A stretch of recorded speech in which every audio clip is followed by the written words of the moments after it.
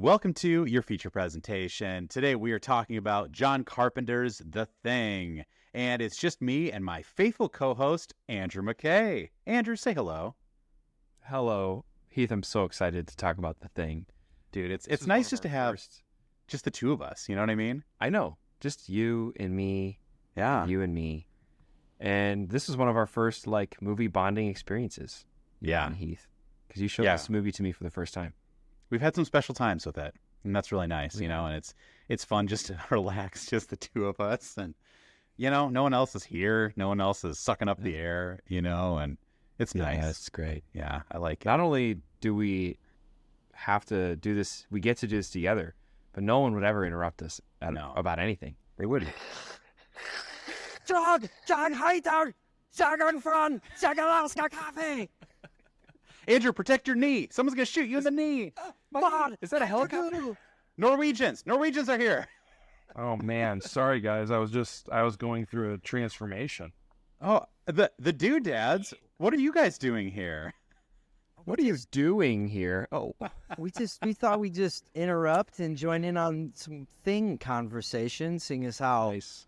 we both watched this movie recently as well. So, Jacob, that's a great Thing impression you did.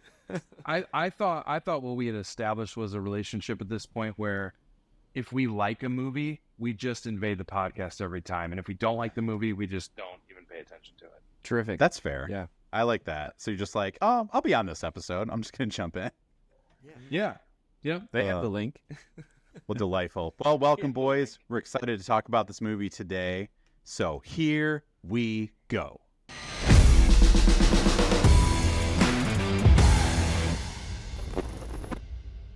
Yeah, so today we're talking about The Thing. I'd love to hear everyone's first interaction with this movie. How did this come about? Is this an old watch for you? Rewatch? What is this? Andrew, go, man. I want to hear. Well, my first watch was because of Heath. Heath and I initially bonded over a love of several different movies, and we found out that we both also like horror. We talked Halloween for a second, and then he goes, "What do you think about The Thing?" And I said, "Never heard of her." And he goes, "That's also John Carpenter." So we watched it. It was kind of on our mental list for a long time, in our budding friendship. And it was one of the first things we did when we were talking about starting a podcast was we watched The Thing together for the first time. Yeah. So this is my second watch for this episode. Nice. Still great. Yeah, it was fun. We just kind of watched it. We were kind of playing around with what we wanted to do. When we first started talking about doing a podcast together, we were like, do we do commentaries? How do we do this? And it's like, let's talk about The Thing.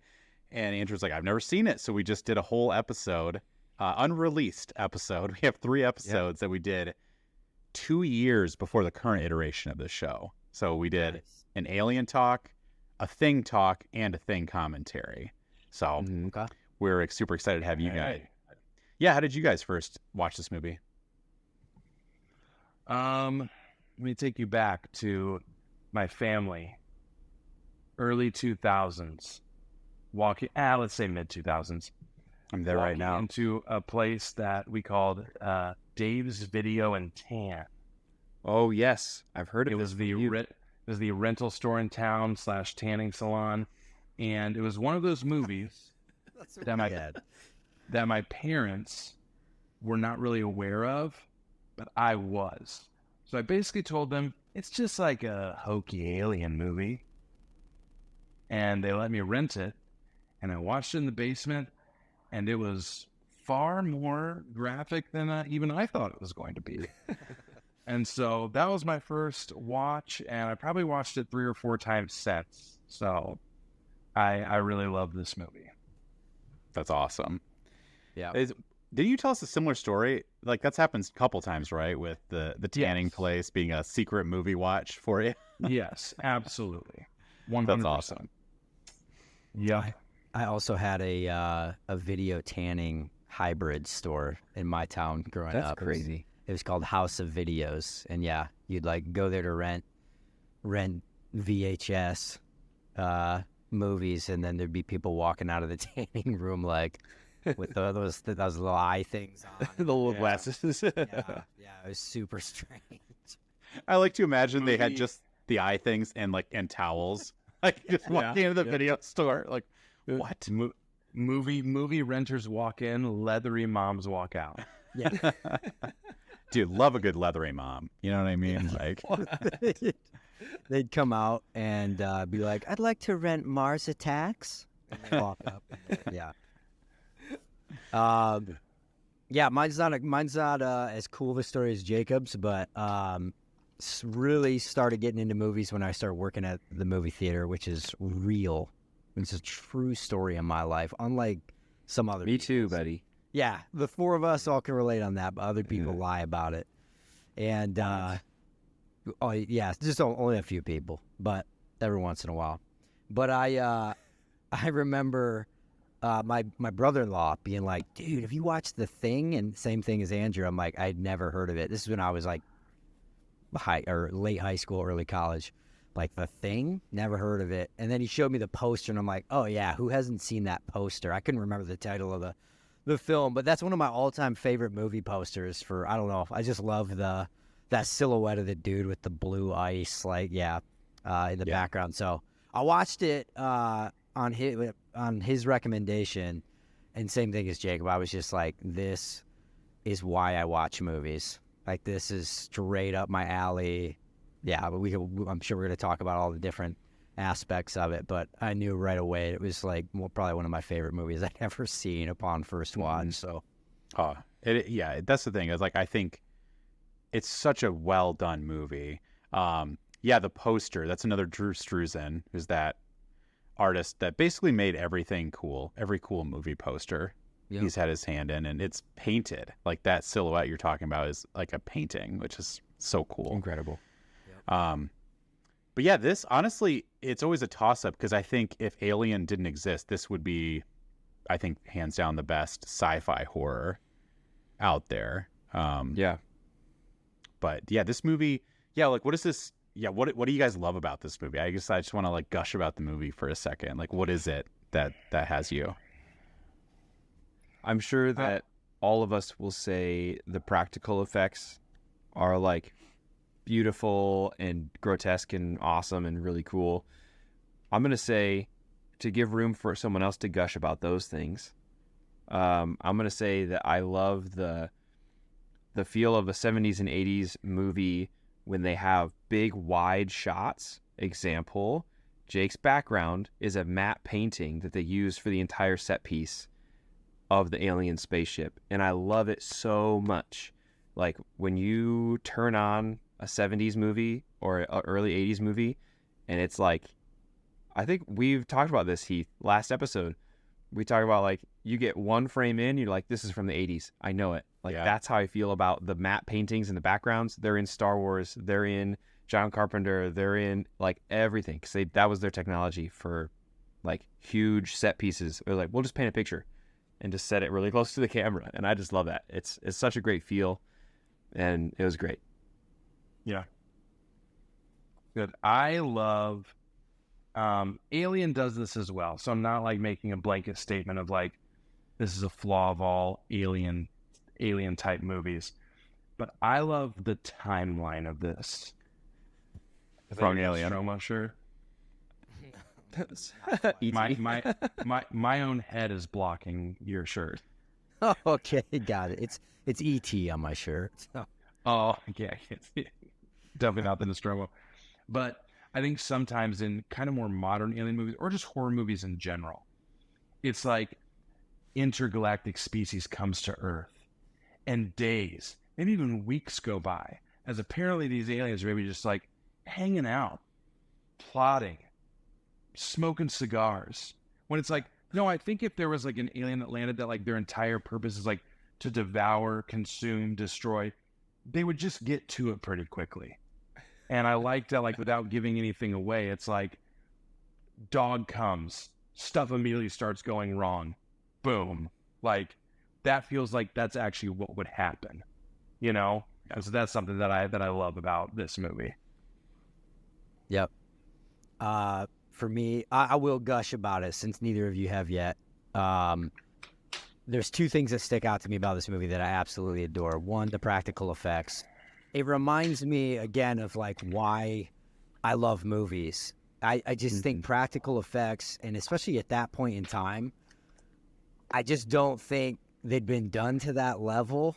Like as far as like grotesquely, in a horror, sci-fi, whatever type movie.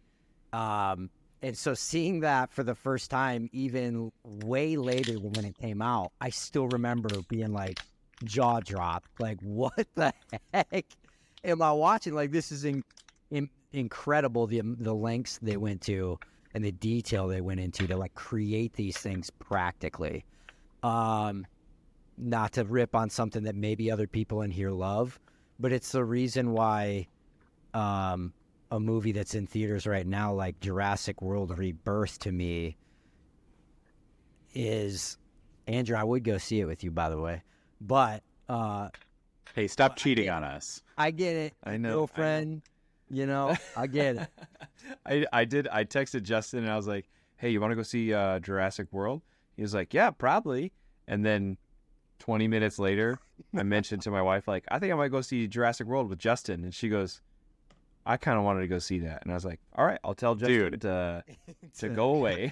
Wait, same thing happened with mine. Same thing happened with me. Justin. I was like, I'm going to go see Jurassic World with a buddy. And she was like, no, I want to go see that.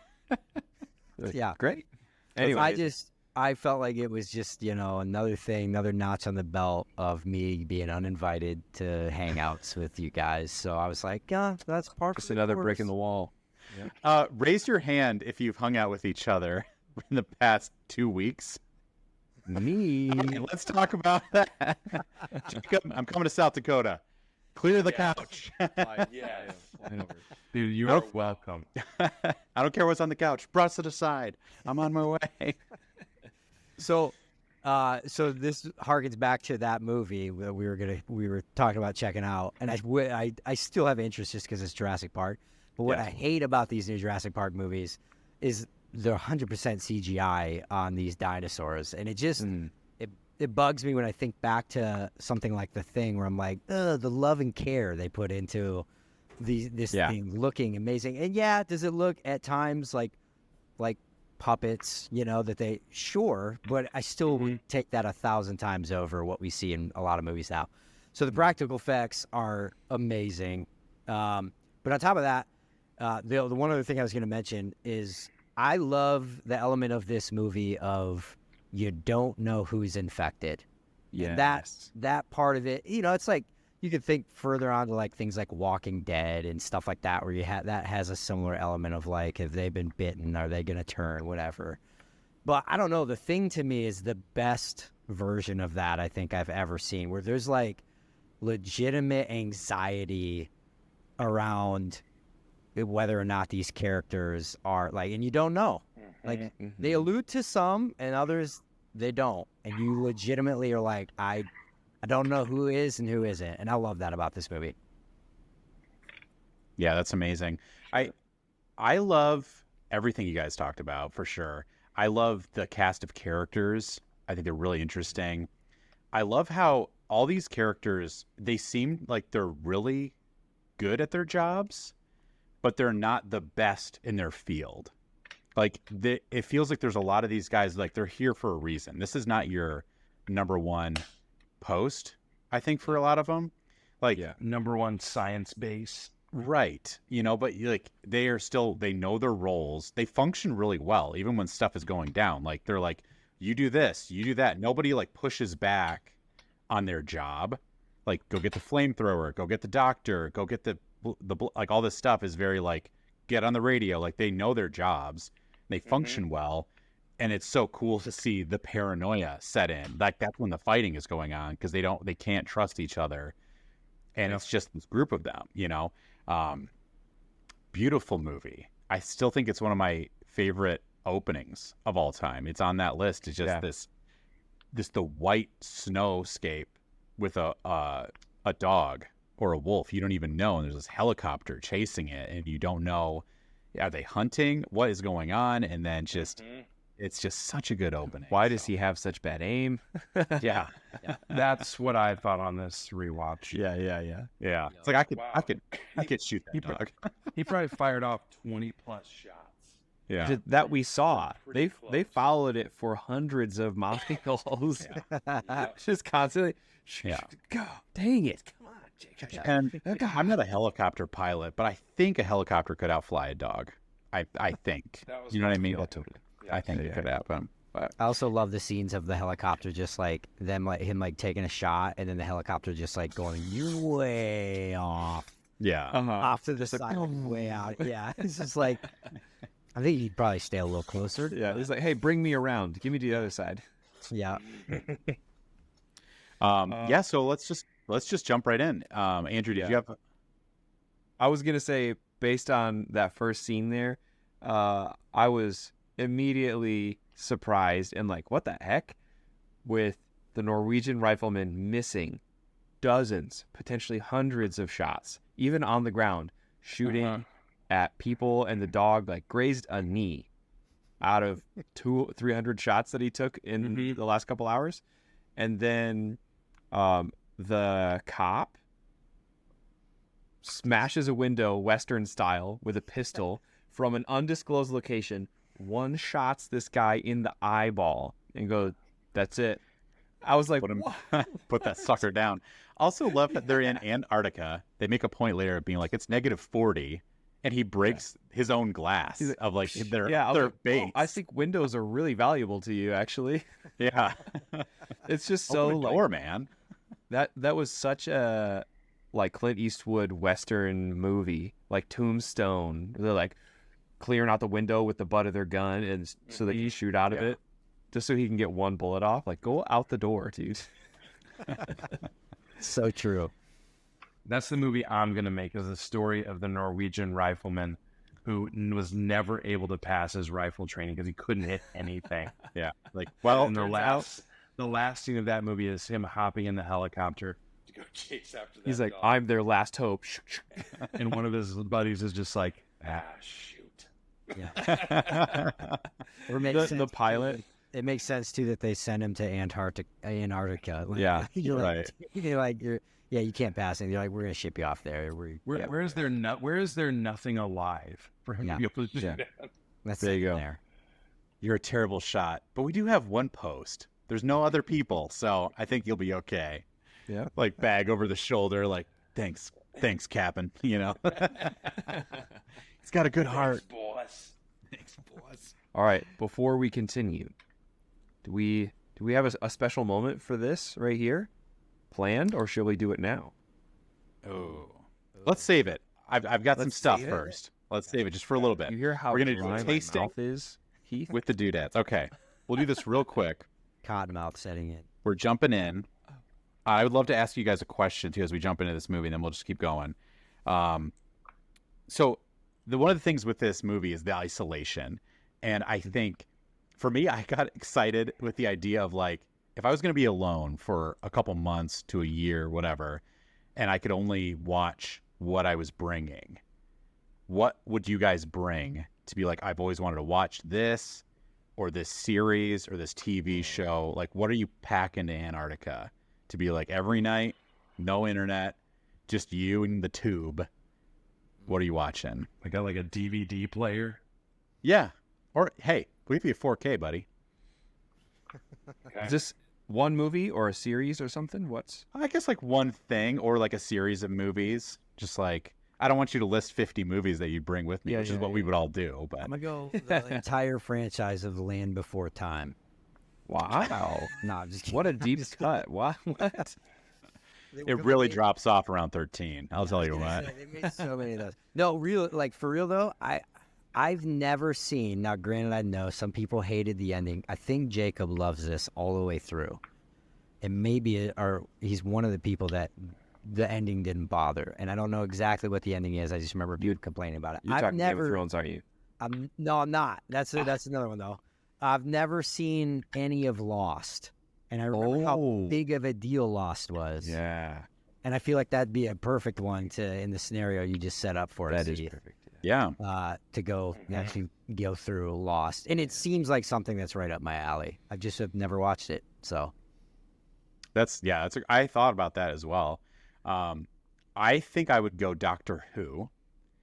Interesting. Yeah. I've never seen the original, like the black and white ones. And I'm like, that'd be so fun to be like, I'm just going to go through all 50 seasons of Doctor Who, like chip away at it, you know? Have you watched the new ones?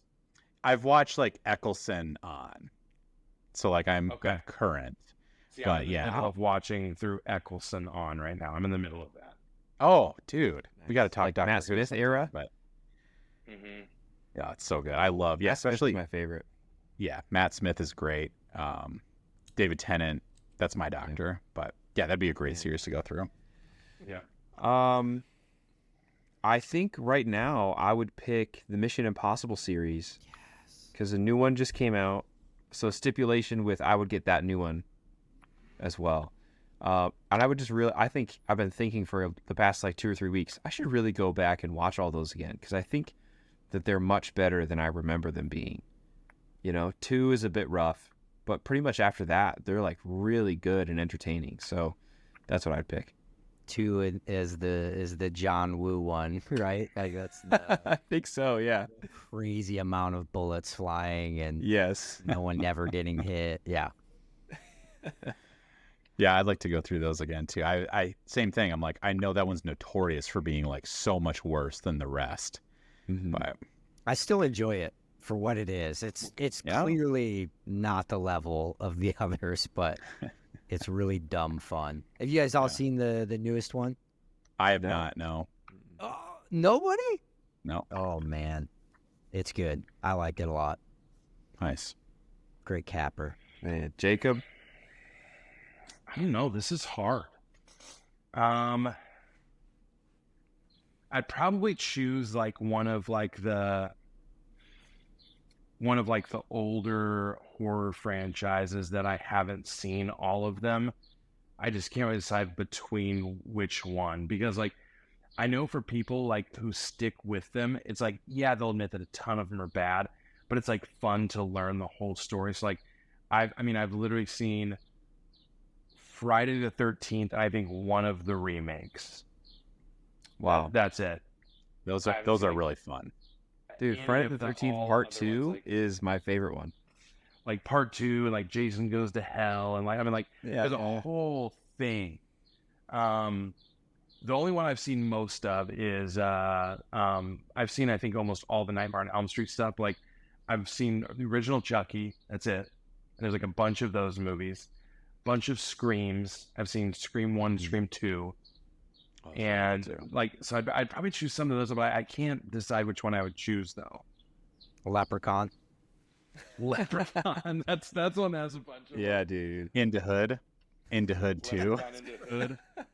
Is there leprechauns in space too? Yeah. Yep. Yeah. Well, This Yeah. is space. Jason X isn't that in Yeah, space? it's in space. That's yeah. true. Yeah. The craziest thing, I always love going through the Halloween movies, and there are so many restarts of that series. Like they're like, oh, it's just this one and the first one that exist. Let's Like they on this again. they and again. retcon it so many times. Yeah. Yeah. I do like that about Friday The 13th, real is they keep sequel. going. Like, there's been 3. Yeah. I think until like the latest one. But it's like that could just be another one. It's like, oh, Jason's still there doing his thing. Yeah. Well, good. That was fun. I was like, I feel like you guys would like that one. Just like, as we're all dads, you'd be like, I don't have time. But it's like, if you had time, you had 3 months. Yeah. You'd be like, I'm going to go through that series. All right. Doodads, or should I say Fanta fathers, will you lead us That's not us. into... We don't Oh, you're affiliated? Is that don't associate with those nerds. We don't like them. No. We don't, bunch of Yeah. dorks can't get girls? Yeah. they force themselves onto our podcast. We don't know Guys. we don't know how they keep getting on our podcast. It's sad. It's sad. That's sad. It really is. I hate to see it. All right, lead us. And Mountain Dew, Summer Freeze, Cherry Okay. Lemon Raspberry. Well, that honestly, I'm glad you read that immediately because that actually gives a glimpse into why we chose this. On the theme of the thing, this is a Mountain Dew that is flashing in and out of my winter background that keeps coming back, but is always slightly different. Ooh. Okay. Assimilation. Yes. And like it seems to always be around. But Justin, I don't know if you remember when this was released the last time, it did not say cherry lemon raspberry. No, it didn't. Yep. 100% did not. It's like they always bring it back, and there is some tiny little thing that's changed, and it morphs, and it's always semi the same thing and same flavor, but somehow it always is like, wait, so is this going to be like the other blue summer ones? And you never know. Yeah. And so kind of, the thing changing things. We felt like it was on theme for this podcast episode. Beautiful. All right. Are we crack-a-lacking? Let's crack it. Wait, first question though, have you guys had this one before? No, I've not. I've never heard of it. Ooh. Jacob, you got is that zero sugar? I see. I did get a zero sugar. Oh, interesting. Can I break some Mountain Dew news real quick before we crack this open? That I was super disappointed in. The Mountain Dew, I think I announced this when you guys were on our podcast at one point. The Mountain Dew trolley collaboration Oh, yeah. that they're coming out with, like the sour worm. Oh no, Yeah. it fell through. No, it's happening, but it's literally only a zero sugar, Oh, that seems weird. which Interesting. I thought was strange for Mountain It's a sugar candy. So you're meant to put the worms in the beverage? Yeah, I'm like, yeah. It's Oh, like, cool. I'm going to collaborate with a candy company and then only And put then out make it only sugar free. Yeah, it's like, what is It's that? like those. Wait, we can pour that Mountain Dew into a glass and put some gummy worms in it, There it like a is. Chandrillan cocktail from Andor season 2. They like dissolve worms in their cocktails. Gross. There it is. Sagrona Tima. But I drink it. Yeah. I drink it. There you go. Yes, and All right. and the lightsabers are not quite the same in that season. I believe. Okay. lightsabers are seem to be gone. I was going to make fun of you for getting the zero sugar, but I see on mine it's got 72 grams sugar. It's so Includes 72 grams added sugar, 145% of your daily value. Who's laughing now? I'm going to die. You guys are going to see me have a... Yeah. A cardiac event. yeah.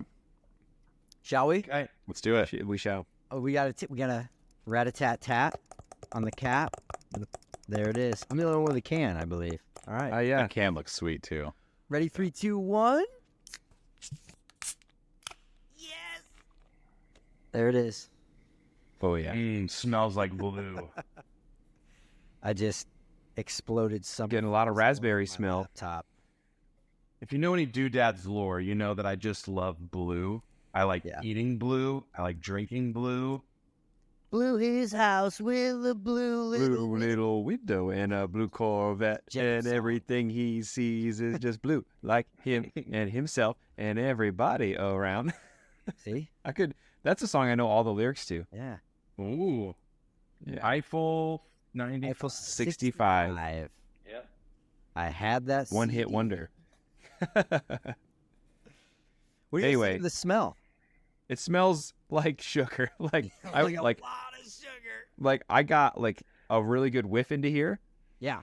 and I thought I picked up some particles. Like, oh, jeez. You probably did. Probably did. Yeah. It smells raspberry sugary. Is Heath I'm excited. muted? All of a sudden, Yeah, Heath is muted. I'm sorry. We all collectively decided to mute Heath. Oh, it's okay. I was telling some really funny jokes over here. I was just riffing. I was just Why is riffing no one the whole laughing? time. I kept seeing you talk, and I was like, why is he just moving his lips? Why isn't he actually saying whatever's behind? He did an I'm Blue, the song freestyle rap. We didn't Oh, hear any of missed it. it. I did the whole thing, and I was vibing over here. I meant to mute you guys, and I only muted myself, and I just went off for like 2 minutes. Just Um, went ham. No, you guys missed me saying if I was green, I would die. Probably. Wow. There you go. Because I'm blue. If I were It's if I not was easy. being green, I would die. If I were green, I would die. All right. Being the color of Smells like the leaves. did it smell like a bomb pop to you? Yeah. It smells like blue. I just smell blue. It's like that. Mhm. It reminds me of like camp. We used to have blue drink.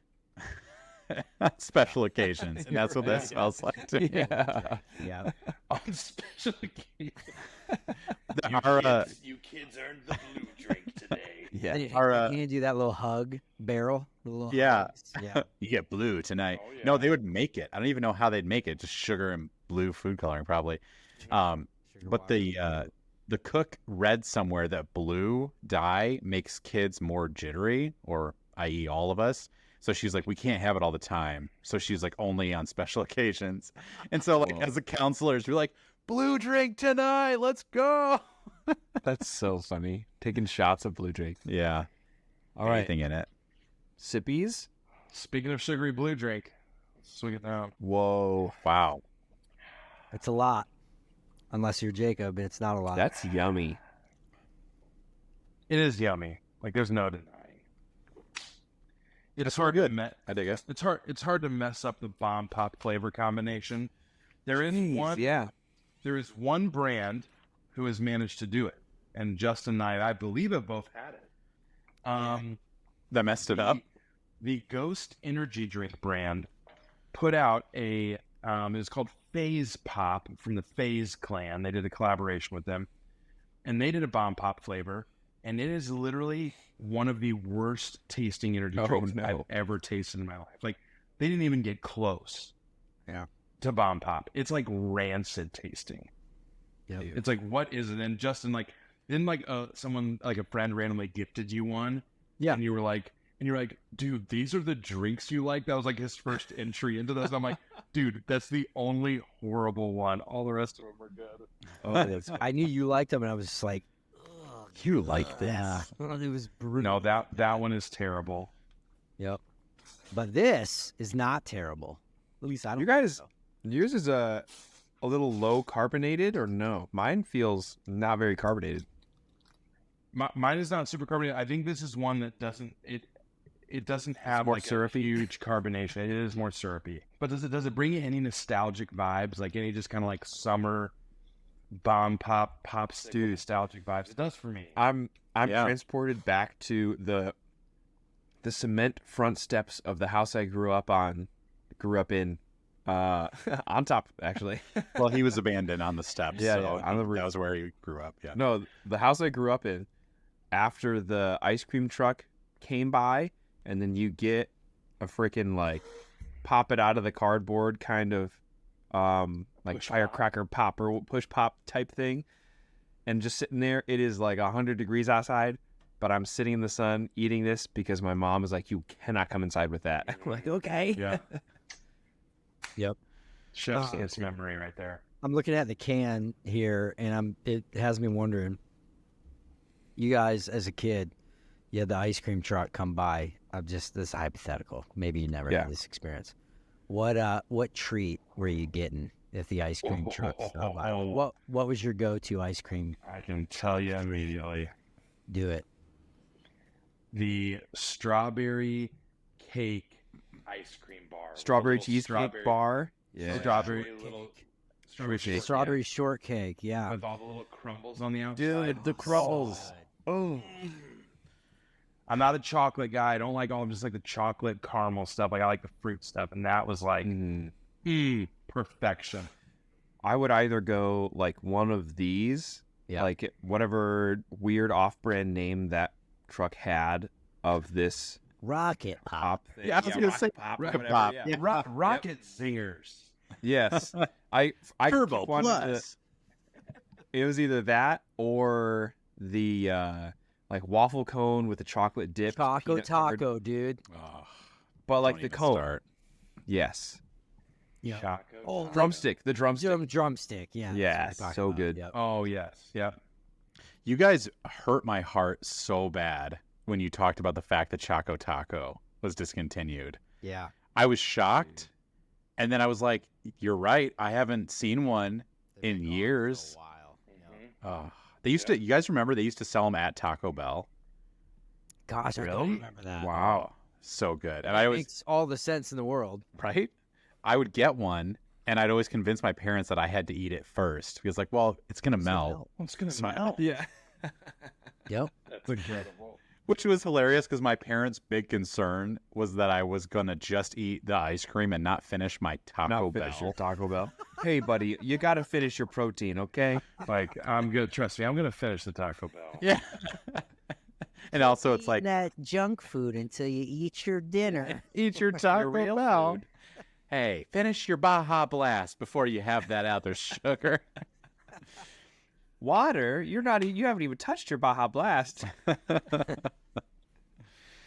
All right, so Heath, what about you, man? What would be your ice cream truck go-to? I mean, yeah, I think a Bomb Pop for sure.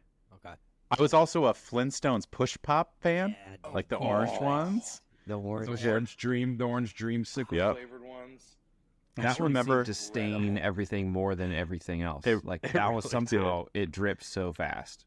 I'd get to that plastic part, and I just like keep licking it, like in the kid way. It's like just like I know it's still in there. Like I'm Start just gonna chewing it. Yeah, eat the cardboard Gnawing on it. tube. You guys talked about that strawberry shortcake bar. Have you seen the movie Honey, I Blew Up the Baby? Yes, Yes. absolutely. I love that title, Jacob. So it's a sequel to Honey, I Shrunk the Kids. I figured. Yeah, I mean, that's the concept. He uses his shrink ray, throws it in reverse, and makes the baby. Versus the polarity. Yeah, like a 50-foot baby. Wait. I'm so sorry to be rude and interrupt, but I don't know if you've talked about this on the podcast yet. But probably the most impactful movie news that has happened to me in the past couple months is hearing that for real Rick Moranis is returning to acting. Yes. Really? Incredible. Andrew. Like he's coming back for Spaceballs too. We had Oh, an wait. episode about this. Andrew goes, really? I'm Really? fascinated by You know what I'm doing right now? Darth Big Helmet. Looking up Dark when did Helmet. Rick Moranis Helmet. die? There we go. When did Rick Moranis die? Like, isn't he dead? No, yeah, we definitely talked No, about we this. did. We talked about Spaceballs chat too. about it. Yeah, that's so funny. I forgot he was in Really? Spaceballs. He really disappears behind the character of that mask, you know? That's Especially when he yeah. flips it open. We are so excited. Yeah, drinks the coffee is one of my favorite. Like, Oh, That's so like- funny. you guys ever like drink from a every time I drink from a styrofoam cup, I think about that scene. I just like, Yeah, I just, yeah. Because like on that spaceship too, it's like, why would they be drinking a styrofoam? Styrofoam cup. oh man. Oh, the desert. My favorite scene in the whole movie. Yeah, I'm so excited for that movie. I loved even just the crawl. Did you guys see the teaser crawl that they released? It's just like since the first Spaceballs, like all of these, like, and they just number all these crazy movies, the sequels like Star Wars and all these Harry Potter and blah blah. It's like, but there's only been one Spaceballs until now. It was so good. Yeah. Anyways, jumping back to Honey, I Blew Up the Baby. They ate those strawberry shortcake things in there, and I just remember being like, I'd never had one before that I saw that movie, and I was just like, I need that in my life. Yeah. That looks like that's Looks the like the dream. most delectable. Yeah. Delicious. Yep. Oh, and it holds up. It's great. So, back to the thing. Are we rating this? Are we rating this sucker? Let's rate it. Let's rate it. What's your guys? That's what we're here for. Each of us out of 10. I really like this. I'll go 8. 8 out of 10. I'm gonna say 9. Whoa. That's a high score, my friend. I don't have really anything that I feel like they did poorly. Yeah, You know? it's delicious. It really is. It's Other than it's just not the perfect flavor. yeah, That's what brings a 9 so that there's room for me to be more impressed later in my life. Fair. Yep. Fair. We do that. We do that same strategy. Yep. Jacob, I don't remember what we gave this. I don't remember either. I feel like it was somewhat in the 8 range, and that's still what I feel about it. I would give it a straight up 8. Yeah, me too. It's not taking it over the edge to wow, this is one of the best things ever, but it's dang good though. It feels classic, even though it's Oh not wait, like, what are we talking like a about? classic type flavor. Oh, we're talking about the Mountain Dew. Are you talking about the movie? I was talking about the movie. Andrew skipped right to because you heard Heath say, Andrew, you said let's get back to the thing, and then And Heath goes, "Should we rate it?" I said, "Yeah, let's rate it." Before we even talked about the movie, you're like, I'll rate it. I'll do it. Oh I'll rate it for you guys. This seems A out little of order, spoiler. but- The Mountain Dew. Yeah, this is. I mean, you know what? I'm gonna say 8.5. This is. I like this. I like this better than regular Mountain Dew. Okay. Yeah. That's good. Yeah, so we're Now right. that I'm we're on all- the same page. We're all right around an 8. Yeah. There you go. Beautiful. All right. Let's jump into the thing. Let's do it. All right. So, yeah, we've got the opening scene, helicopter we talked about. The isolation aspect, I think, is so interesting for this movie because with the story of the thing, right? This was the only place it would struggle to survive. I guess the ocean, but probably not with the fish. But just like being in a frozen wasteland is the only place it couldn't have gotten farther faster. Like if it had gone any populated area. So it's like this was a global threatening being, but because it's in Antarctica, it's held in, which I think that's such a cool premise. I just love that. Held at bay. Yeah. Yes. The Norwegian, something I caught in this for the first time. I love that about movies you love and you rewatch. You're like catch something new every time. Uh-huh. They go to the Norwegian camp, and McCready yells out, "Hey Sweden! Hey, Sweden. Yeah. Hey Sweden!" And the Doc's like, "No, Sweden. they're Norwegian." Yeah. Like guns. The gun is just aimed, ready to go. Hey, Sweden! They're Norwegian. Or Norwegian, Mac. Which also, McCready doing that with his like hoodie cinched tight and his glasses. Yeah. So funny. Let's talk about McCready's so good. attire. Yeah, I like love it. his feathered long hair, his straight up I'm mom so sunglasses, I'm Yeah. so He- jealous. and he looks awesome. He's the coolest movie character you'll ever see. So I'm so obsessed with the way he looks in this movie. Like, Yeah. I want to look like that all the time. Yes. This literally. was peak Kurt Russell, in my opinion. Absolutely. Definitely. Like not just this movie, but the time frame of this movie. This is like, I think this was within a year or two of Escape from New York. Yeah, yeah. and like It was a year ago. Yeah. yeah, Kurt Russell was just big time. I feel like in this era. So Yes. I love everything. I about him think in this movie. a very close second Kurt Russell era is the Hateful Eight Kurt Russell, because he's got a huge Grizzled cowboy. white mustache, and he's pretty much the same character, but like maybe a little like harder. Yeah, great actor. I prefer it when he was in the Disney classic, The Computer Wore Tennis Shoes. That's my favorite Kurt Russell era. Oh, you mean his first movie? Yeah. No, he was like a kid actor in some movie.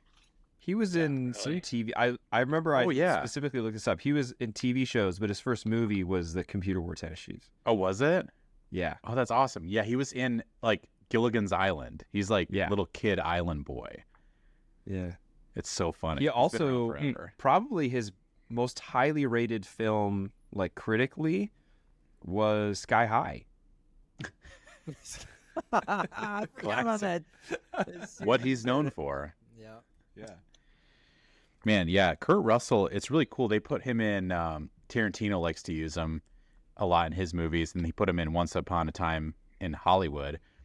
And there's interviews where it's like, Tarantino's like, Kurt Russell is probably the only guy around that like knows that era. Like he has been in Hollywood since he was a kid and spans all those decades. And yeah, he was in all like the 60s and to now. And just like he has such a knowledge of the movie industry. And then he's like, I guess they're not married, but he's been with Goldie Hawn for like 40 years, which is crazy. And I don't know. Yeah, it's just he's got such a cool story, such a good actor. I love the Christmas Chronicles, Dude, I was just gonna say Goldie Hawn is in the Christmas Chronicles with him. and they literally did her blonde hair in a way, it looks like it's an ornament hook on the top of her head. Yeah, Genius. hilarious. Who would have thought? Come on. Cinematic perfection. Fucking John Carpenter. Yeah.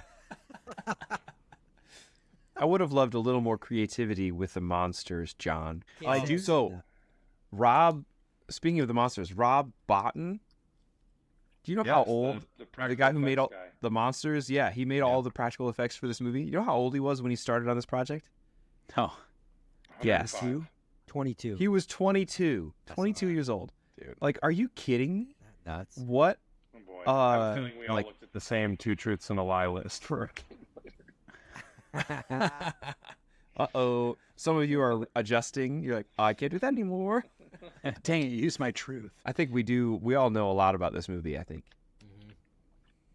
Yeah, that is really cool Okay. to me that if you feel that, this is definitely one of those movies you could tell people loved what they were doing. Like they're passionate. All the characters on this, like even Wilford Brimley, which he puts a smile on my face every scene he's in just because he's such a like, who is this guy? You know, it's like, and why doesn't his pancreas work? You know, but I don't know. It's just the diabetes. Diabetes.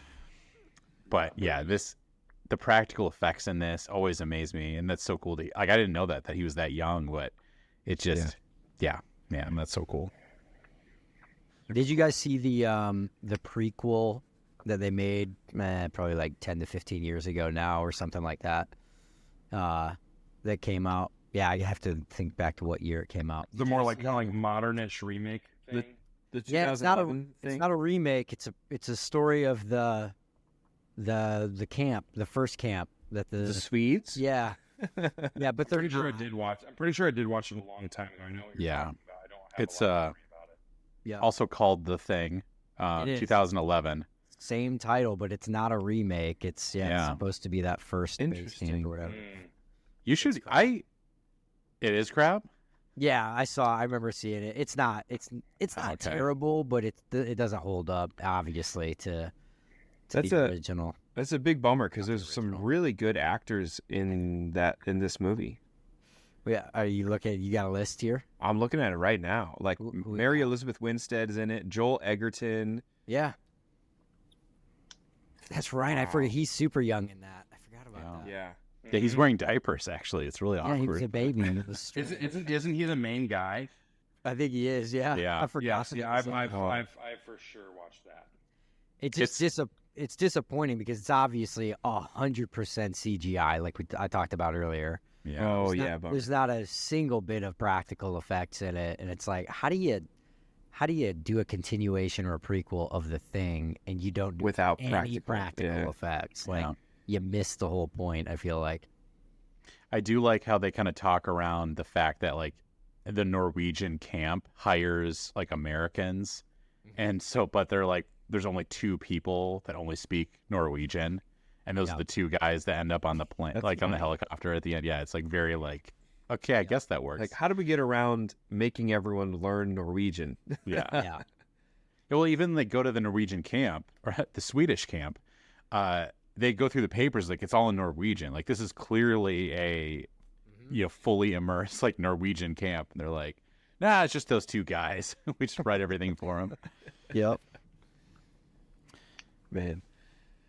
All right, something that I really, really love early on in this movie. We mentioned it, the mystery. And John Carpenter conveys like the feel for this entire movie by doing that scene where the dog walks down the hallway, like kind of sniffs, looks into one room. I think like one of the doctors is in there. And he walks down, Like while they're enters away. the room.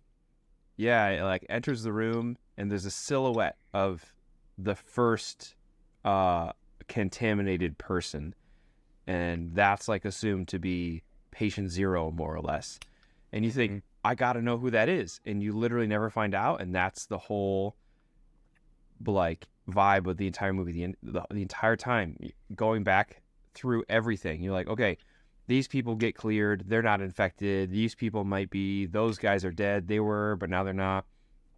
Like, and you never figure out who was the first person. So there's always second guessing yourself. And I loved it so much. Yep. They do such a good job of that. The paranoia is so thick, and like I feel that Yeah. paranoia right now. Like with me, like hearing what Jacob is fiddling with, I'm like that he's loading a gun. I just know that's what that click clack is. He is loading a magazine, and he can't tell me otherwise. Putting sleeves on his magic tech. It's my ADHD. I listen way better if I keep my hands busy. Well, now I feel like a jerk because you're like that was my safety, and Puts it away. It's better than me scooting around in my chair constantly and making. especially because that would make you like phase in and out of your snowscape. Yes, I gotta stay locked into the snowscape here. Another thing that I love about this movie, and it's funny because I think I'm pretty sure I read somewhere that this soundtrack won a Razzie for being terrible, and yet I think the two What? Yeah, I think the two notes of that main theme for this movie, I don't want to say it's John Williams-esque, but it reminds me of just how Jaws is very simple, right? Like basically two notes. And Is a Razzie a real thing? yeah, it's an award for it basically means it sucked. It was terrible. Or something whatever. being sucky. Yeah. I love the soundtrack for this movie. I actually feel like it's underused. I could use that theme a little bit more even. And I feel like they really only use it at the beginning and at the end. Yeah. But I love the soundtrack. I feel like it's that synth, that dun dun dun dun, like, and then like I get why people wouldn't like it because it does get really shrill, like when they like discover like basically the alien sarcophagus, and it's like it's like But I love that. I think it's really this like puts that kind of freakish vibe, and I love the absence of music in this movie too, because like just people in isolation, you feel that it's not comforting. It's just people talking, and who wants to listen to that? Yeah. They do a good job of that. Two things. One, I want to make sure I mention before we get to start moving on in the movie and stuff. Maybe that'll help segue into the next piece of the movie. But did you guys know? I hope I'm not stealing anyone's two truths and a lie with this. That technically this movie is spoiled within the first 10 minutes of the movie. Yeah, because what? Yeah, the Swede yells out. Yes, because of what the Norwegian says. Like if you were to know the language, you know exactly what the case is, basically immediately. I thought that was so cool. Like, because again, like probably like almost an attitude of like lazy America. Like who's gonna care? Who's gonna break it up? Who's gonna anything? And literally, it's like that dog. Like it's not a dog. That like kill that thing. Yeah. It's like he literally calls it an alien. He's like, yeah, that is not a dog. It's an alien thing that's pretending to be a dog. Get away, you idiots! And he dies. Yep. Yeah. Oh, so cool. They say, get the heck away. It's not a dog. It's imitating a dog. It's not real. Get away, you idiots. Yeah. Yep. But all the Americans are like, man, that guy's not even speaking a real language. Yeah. The theaters, they're like, dogs. We like dogs here in America. yeah. I don't know about in Sweden, but here in America, we like the dogs. We respect a dog. But then another thing that I really appreciate about this movie, which I always like thinking about, it kind of is like to even bring back Jaws. Like Jaws, I feel like hits different when you really try to take yourself back to think about what people were experiencing when they actually saw that when it was released for the first time. Because if you were just to watch that now, I could picture showing that to like some 18-year-old and they're like, this is so lame. You know? Like this isn't scary. But for that time, people are like, what the flip is this? And I feel like the thing with the thing is like, they were not like normal, simple deaths. They weren't like, oh, you just see the shadow of the person being stabbed. Like very simple story where it's like people are killed in gnarly ways. Mm-hmm. And I feel like that had to have been like watching that for people of that time. Sure, there was a lot of other like 80s crazy body horror stuff that was kind of already starting to surface, but still like it had to have been like, whoa, this alien is wrecking people, you know? Yes. Yeah. Yeah, just all the different ways that the thing will morph and change and adapt to get away and just to survive. Like heads opening up to become like Venus flytraps, or like the Yes. dog's head like unbinding in like 4 3 or ways. 4 ways so that a different head comes out. Insanely creative. So cool. Yeah. Probably, I don't know, probably my favorite funny moment in the movie is when the head falls off, becomes the spider, and starts like walking out the door, and they all just like slowly turn around like, are you serious? Yeah. That's easily my favorite practical effect, is when the head is slowly like almost like melting down the side of the table. Yeah. And then the legs sprout out too, and it's just Yeah, just Yeah. It's impressive. just the creature design, like how it was created, yes, but then like, okay, we're gonna have an upside down head that basically becomes half spider, Yep. and then, like, it's crazy. I think I get distracted sometimes just looking at some of these practical effects, just trying to figure out like how would you do that, And you know, just and my favorite part of that scene is it almost like a chameleon shooting that thing out of its mouth, like a almost like a long tongue, and it's like pulling itself across the floor with that thing. Yes. Oh my gosh, I love that. yeah. Oh, so cool. Another thing that I really like, whether it's that body that like the head falls off and becomes a spider, or it's any part where they like torch the thing, is the practical flamethrowers. Like the fire looks so good Yeah, it does. in this whole movie, and that's something that modern like high budget movies get so wrong. Yeah. With VFX, like it's so hard to get fire correctly. Like not only is it hard to expose fire correctly if you're filming it live in person, but if you're like manufacturing it later, making sure that how that fire that you're adding is exposed matches the exposure of the rest of the scene so it doesn't look uncanny and stupid is so difficult. And so I'm pro flamethrower. Just get a flamethrower in there and light it up. It's so cool. It looks awesome. Yeah. And I don't think I've ever seen anything catch fire like the thing catches fire. Like that thing probably bleeds kerosene. Like And the contrast of like the colors in this movie when the fire hits, it just I'm with you there. Like it looks incredible because everything's so bleak. Everything else, you know, everything looks so bleak in the movie. Yeah, the lighting, especially like at the end when it's just all flares and snow. Yes. It looks amazing. I'm just turn off the sound, don't need anything happening. It just looks so good and it looks so cool. But so I like I said before, I love the characters in this movie, and I love the idea that they are, to me, it feels like these guys are just like they're really good at what they do, but they're not the top of the class. Like they're all probably here from, like, McCready feels like a disgruntled military pilot or something. You know, like he got, you know, he did something stupid and now this is his post. Kind of like that feels like this whole crew is just that kind of stuff.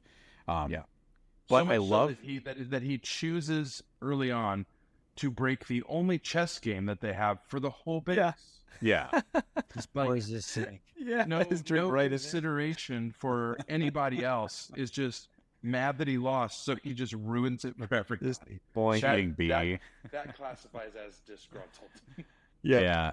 This Jim Beam. And I also think about that too. Is like, man, how much alcohol did he have to bring up there to be like, okay, I'll probably drink 1 bottle per so many days. You know, it's like, we have there 300 days. I need about 400 bottles of Jim Beam. And I would love to have a bottle of Jim Beam just like on my shelf. Like, as like, it's not even for bourbon for me. It's the movie, the thing. Is it? So Jim, I'm gonna ask a question. Was the brand J&B Scotch, or was it Jim Beam whiskey?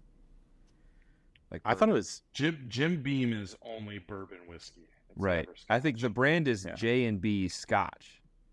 Is that Jim Beam? Oh, Am I crazy? maybe it was I wasn't familiar with the brand. I thought maybe it was Jim Beam, but an older label. No, I think it's like its own thing. Because yeah, you like, and this is just my brain thinking. Because I know that it's Scotch in the movie, and I don't think that Jim Beam does Scotch whiskey. They do like bourbon. Yeah. Yeah, I think you're right. I think Anyway. it was just J&B. I guess I just assumed that was the old label for But- Jim Beam. Yeah, you see J&B, and you're like, oh, I know Jim Beam. Yeah, that's funny. But yeah, regardless, I Wow. think just the aesthetic. Fun of that trivia. Did I ruin anyone's trivia? bomb. Yeah, it's like, that was my lie. Yeah. Oh no. So anyways, I like those are, we talked about those characters, but what I love is these guys seem to do stuff that we would do. Yeah. Like this doesn't happen in Alien or a lot of other these creature type movies where so many times they're like, just shoot it, right? And the first time they're like in the dog kennels, they light it up. They're like Yeah. 4 shotguns going and then they torch it. I just think that's so like, it's so good. It's like, yes, as an audience, like that's what we would think to do. Like, get rid of it, Yes. kill it. And it's so menacing that that doesn't stop it, which I think is like even scarier. Like, no, it doesn't matter. It's not just like, close the door and bar it. Then Yeah. maybe you Yeah. won't get us. We're gonna keep That- one that person guy here did overnight to watch it. Like what? Yeah. Yeah, like Kill it. Who volunteers for that? Yeah. I will say, I think the only you guys are an idiot part to this movie that I experienced was when the Norwegian dropped the grenade and blew up his own helicopter. Yeah, on the second watch, I forgot about not the second watch, third or fourth watch, whatever it is. But like Yeah. for the first time, I watched that and I was like, I don't get what just happened. he like- put his hand back to throw it and it slipped out of his glove and that's it. Like Yeah, but the way they did it, it's not super clear. I feel like that's exactly Yeah. what happened. Yeah, like I thought for a second, I was like, wait, did he want to do that? I'm like, well, no, why would he want to do that? Like that part's strange. It is funny because I think you're right. It shows him pulling the grenade, going like this, and it slips. But yeah, if you blink when he's doing that, it could look like the helicopter looks like it blows up for some reason too. Like you could even miss the grenade, and it would just be so funny. It's like the dog is there, and then there's a guy shooting him, and then the helicopter blows. Like, wait, what? Why did that? Yeah, it's like were they trying to like blow up the helicopter with the dog near so the dog? And it's like the dog's 50 yards away. Like it's not. yeah. Well, they should have But gone in also- a helicopter and done the 28 days or 28 months later, right? And they just like Yeah. attack the dog with the helicopter blade. Yeah. Pull a 28 Yeah. weeks move on him, chop him up.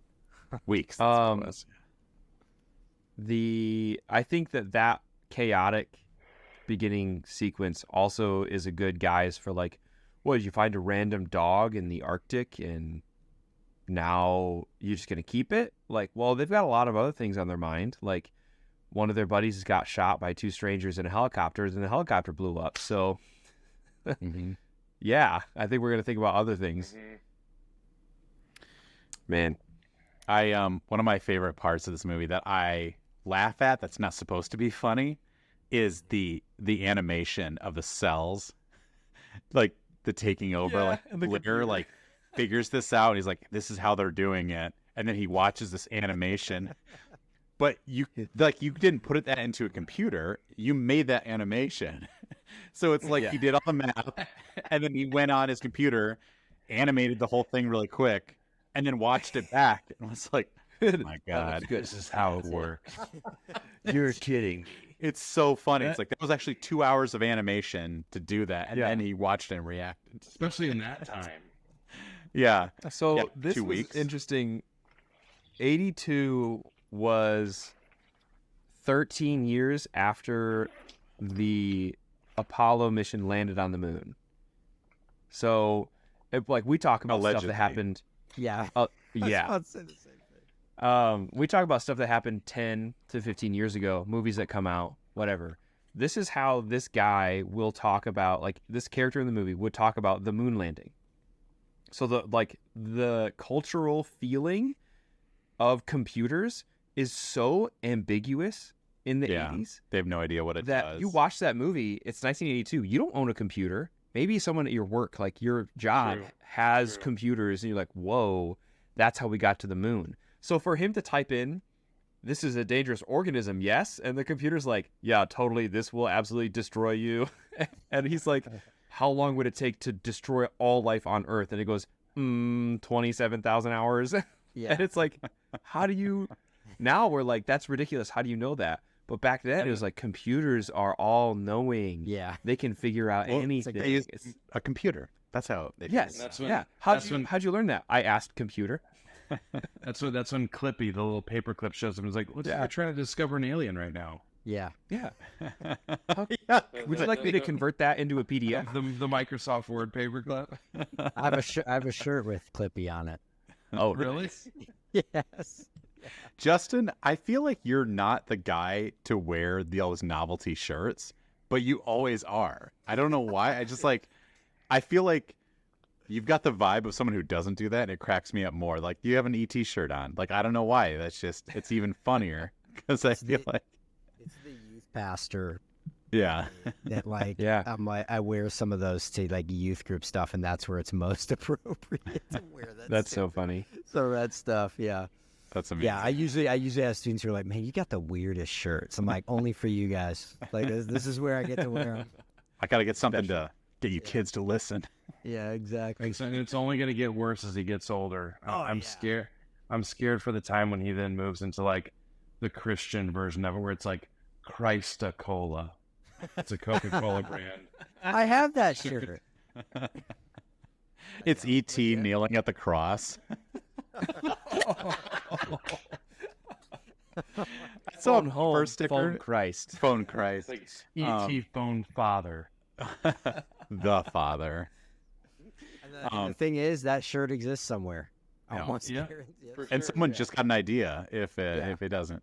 I saw a bumper sticker today that's like the kneel, what was it, like salute the flag, kneel for the cross kind of thing, and it's like the soldier. Like, I don't disagree with that, but it's like, it's so heavy. Like, why are you like, that's my bumper sticker, I'm gonna put that, you know what I'm gonna say?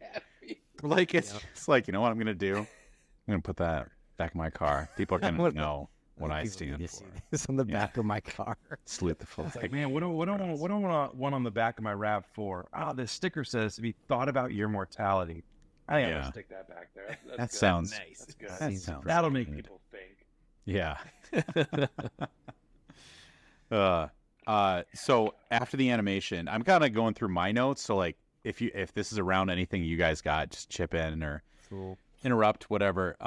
Benning's scream when he gets assimilated, that like, it's one of the freakiest sounds to me in the movie. It's just like he just looks up at him, and just that scream is like, it's just chilling. Many of that kind of stuff. That scene's great too, because like what I love about that scene is that his hands are all, like this weird alien form or whatever, but they don't even like center the camera on the hands. It's really is still his face. That's like the most like terrifying part of that, with the sound coming out of his mouth. The hands aren't even fully on screen. And yet, I feel like that's what works in that scene so well. Is like, you kind of see him, and yet you're still focused on this sound coming out of him, and it's just so freaking mysterious. It's just, I don't know. I just love how they shot that scene. That it wasn't just like zoom in on the hands. It's like they're in it, but there's more going on there. You don't even focus on the hands, but you notice them at least. So, Yeah, I never thought of which again is what you would do. Like, if someone was like making that sound screaming face, you would be like locked in on them. You wouldn't be like, oh, your hands Look kind of weird. Here, your hands okay? yeah. yep. If you guys Makes it noticed real life. Benning's hands, it's kind of crazy. Guys, come check out Benning's hands. Great band, by the way, Ben. I was about to say that. You guys ever heard of Benning's Hands? Their second album, Look at My Hand. So then we got the Blair freak out, which is like after he's basically traumatized himself by making this animation and watching it for countless hours. It drove himself insane. I did want to say too. So this movie's all about the paranoia. Did you guys hear that? That's weird. Anyways, Paranoia. yeah, paranoia. There's when do you guys think Blair changed? Because we know he does by the end, but like, is crazy Blair? I think that's still real Blair. I think that's him. Yeah. And then I think it's still him even when they go to the shack, even the second time. But He's like, somewhere, And he says, "I'm fine now. You gotta let me in." yeah, he's with like, a "Thanks, noose. be let back." You Yeah. guys notice that? There's Yeah, that noose hanging by him, and he's like, Totally. Oh, you're right. yeah. It's like, I'm Why does fine that- now. I'm chill, guys. This is a noose. I promise I won't harm anybody. Like, dude, you emptied a I'm- gun at us. I'm all better now. You don't get it. yeah. Can we talk about the way he shoots in this movie? I wrote that down. Am I the only one that like the way he shoots Well- that gun is hysterical. Well, Justin, these old 80s guns, the bullets don't actually like explode out of the barrel. You pull the trigger to release the bullet, and then you have to fling the bullet out at the end of the gun. It's like the it's movie a Wanted. click He's like release. trying to curve. He's trying to curve the bullet. Yeah. Yeah. And they, And he does the classic. He does the classic like revolver. Like I feel like old cop movies do this. They empty the gun and then they throw the gun at the person. yeah. I'm like, Yeah. when has that ever helped? Like I don't That- understand that move. That seems like a Lethal Weapon type of move. Yeah. Yeah. Right. Yeah. Like, Sure. you dodged these bullets, but you won't dodge the pistol. Yeah. Fun fact: Wanted, one of the movies my aunt worked on with Dave McAvoy. There you go, dude. Really? What are you talking about? Yeah, I was gonna say I don't know if you given context for what. I thought I Yeah, brought this did. up the last time we were on. That your aunt works on movies?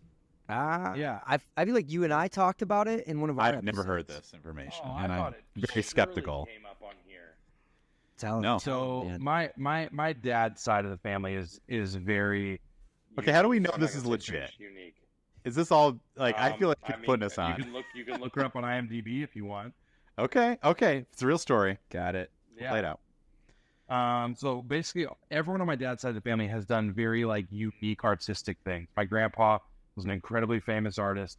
My aunt always wanted to work on movies, so she was in the movie industry for years and worked on a ton of stuff. Wanted being one of those movies. What did Wow. you do though? So her job was basically like she had a very like focused on continuity type job. So like set would be ready to go and they'd be like, all right, are we ready to shoot? And it was my aunt's job to make sure everyone was in the exact place. Everything was the same. Everything ready was go for her to basically give the thumbs up to go, all right, start rolling. That's cool. I know exactly the job you're talking about, and there is a name for it. Yeah. But what a cool, stressful job to have. Incredibly stressful. You're like, she would There tell are you 100. it took years off her life, she would say. Yeah, there's 100 moving pieces, and they all get reset for every shot, and that's my job. Gosh, Yep. yeah, that is. It was no joke.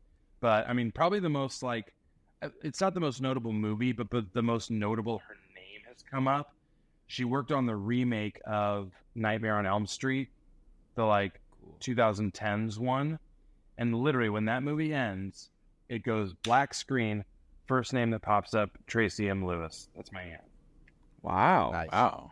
I was gonna say Yep. because I know this from you, but I thought it was enjoyable. Can you name drop a few more movies that she worked on? Yeah, first movie she ever worked on was Home Alone. Pretty big deal. Yep. She worked on basically anything that would shoot in Chicago. She worked on. So she was on The Dark Knight for a little bit. She helped out with some of the Transformers movies.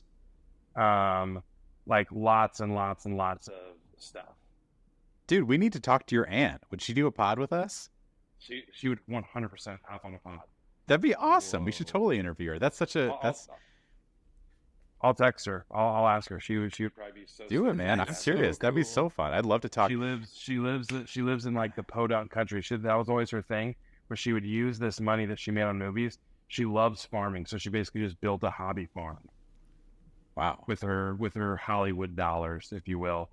And so she just like lives in the country now and raises ducks and goats and things like that, and has since retired from the movie business. But like literally growing up, she would like just bring us random things. Like at one point, I had a Jordan brand like windbreaker, and my brother had the pants, and literally Ice Cube wore those on the set of Barbershop. That's so cool. You were just wearing them? And then I wore it. She has a little tiny wooden rocking chair in her home that Jeff Daniels made her. Wow. He made it for her because he loves like making little wood whittling crafts, and he made her this little rocking chair that she has in her home. That seemed like a Jeff Daniels thing for some reason. Yeah. Here you go. You whittled this. Did you? Wow. And you got to tell him about how on Home Alone they actually she got you on the set, and you were Fuller, the Pepsi kid who peed his pants. They used my pee. Oh yeah, you weren't on the set. You weren't in the movie. They just used your urine. They used my pee to pour on the bed. They're like, man, we need some pee. And she goes, I know a kid who can pee. I've got a nephew who's always asking me to use this pee. What if we worked that into a movie? A nephew who had to pee a lot. Like, let's just use Kieran Culkin for the character, but let's use my nephew's pee for that. Yeah, no, that's what happened. I love how they have to use urine for some reason. It's not like Water. They can just throw water on it. well, obviously we don't make the actor pee, but we'll get other pee.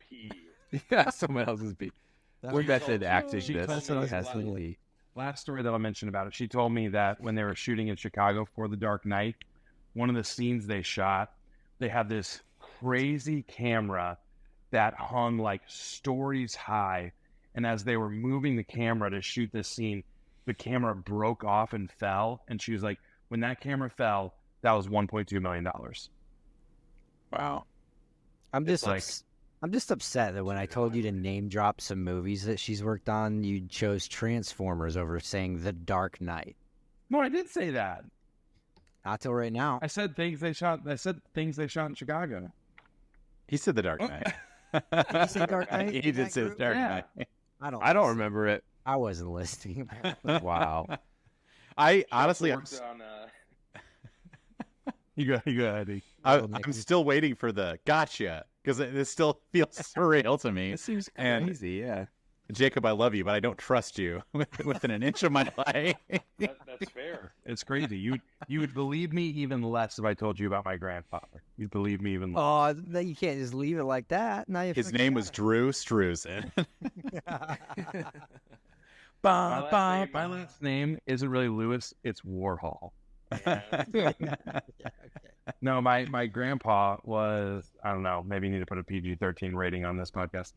My grandfather was like friends with Hugh Hefner. And he painted a lot of the original art that was in the first Playboy Mansion. And hand painted the first couple sets of poker chips that were in the first Playboy Casino.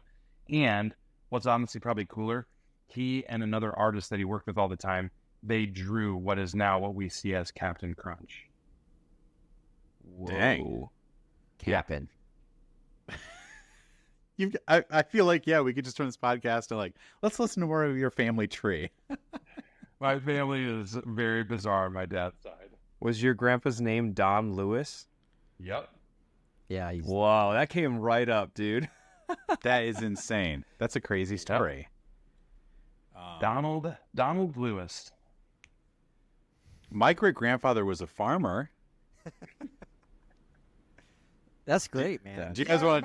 My grandpa was more of a potato guy. You guys want to talk about that or? No, Let's hear about that. no, it's all right. No, that's Yeah. fine. Yeah, I used to. No, they were actually in lumber. So All right, Jacob. Another question. They- Just because we're on this topic, we just go. I'm sorry, Heath. Sorry, were you talking about something? Jacob, your grandpa and your aunt. No, your aunt. Did she ever say she had a favorite actor or actress that she worked with? Yeah. And can you name She also them? told me the ones that were giant jerks as well. Yeah. I mean, I already mentioned two of her favorites. Ice Cube. She loved working with Ice Cube, and she loved working with Jeff Daniels. Loved both of them. That's awesome. Michigander right there, Jeff Daniels. Mm-hmm. Oh, is he? True. Yep. Yeah. Yep. I didn't He know is a that. Michigander. Yeah, he did a voiceover for like Sleeping Bear Dunes, which is like an area thing, and so he did like a little voiceover for it. So I got to like see him from afar at this premiere, and he was like, "Yeah, I did the voice for that." We've talked about Escanaba in the Moonlight, right? I think we talked about that with you guys, or you've seen it. I feel like that was Passing. mentioned on another podcast. Yeah. Yeah. I was gonna say, Yeah, I it's great thought we brought it Michigander. up. Yeah. Mhm. Well, dude, thanks for those stories. That was super interesting. That's awesome. I'm not even being sarcastic. That was super fun to listen. And I'll genuinely text her. I'll ask her to Yeah. see if she would hop on. She would probably have a blast with it. Yeah, that'd be super fun. I'd love to do that. Yeah, I'd love to interview her. Like, just like, I think it's so cool too to see artists like that. Like, I don't know if that was her first like passion, but I love someone who's like, I love movies and I want to work in that industry. She was. 'Cause I think- that was her. Yeah, that's awesome. Because she became obsessed with Gone with the Wind. Gone with the Wind is what did it, and she was like, I want to be a part of whatever that is. that's so cool. I just also love that your bottle is disappearing into your background as you drink from it, Jacob. Am I the only one? Yeah, there's times when you lift it up and it's just like empty. Yeah, it looks like your empty hand. Also, I don't mean to be crass, but can we all stick our tongues out for a second? Yeah, I noticed that Justin has a blue tongue. Mine's Here's not a little- very blue. No, it's not I very think because I chugged it. Yeah, you didn't let it sit on the I tongue. didn't let it simmer. Oh, Jacob's more of a back. Oh, don't throw up. Jeez. Egg himself. Tongue out too far. All right, let's jump back into this movie. Should we do our 2 T's and an L? Yeah, let's do it. Why don't you lead that, Andrew? Oh, baby. Okay, so this is how I hope this is going to go. All right. We will all be quiet, so shut up. No. We'll all listen to each of the 3 before anyone reacts or gives a guess. Okay? Sound good? All right. So we're going to play, for those listening, we're going to play 2 truths and a lie. All of us will go around. We'll say 3 things, whether it's plot points or things about characters or whatever it may be. 2 truths, potentially 3 things or 3 truths, and one of them is a lie. Whatever. You know how the game works. I'll go first. Number 1, this movie takes place at Outhouse. Wow. This movie takes place at U.S. Outpost 31 in the Arctic region. Number 2, there are 2 helicopters destroyed during this movie. Number 3, the team at the outpost consists of 12 men. No referencing notes. What are the 2 truths and a lie? Can you say them again? So I'm so sorry. Yes. Okay. Also, Heath, are all I'm watching 3 of you, us- buddy. Heath has a ton of notes. Eyes up here. 3 of us guessing, like saying our Yeah, own you can guess? you can kind of talk with each other if you want. Number 1, this movie takes place at U.S. Outpost 31 in the Arctic region. Number 2, there are 2 helicopters destroyed during this movie. Number 3, the team at the outpost consists of 12 men. All right, can I say, talking amongst ourselves with Heath and Jacob, the helicopter one's got to be. There's at least 2 that I can think of. Obviously, the one we already talked about. Also, later in the movie, when what's his face, Wilford Brimley, destroys the other one that's sitting there. Those are the only 2 I can think of. I think that's one truth. It says, what was your truth? You say that there's only 2 helicopters? You said there's 2 helicopters destroyed in this film, right? Yes. I think it's 3. Because I think there's a third. I think there's a backup helicopter. I'm not sure if it was destroyed though. So they're Norwegian and Max, and then I think there's another one.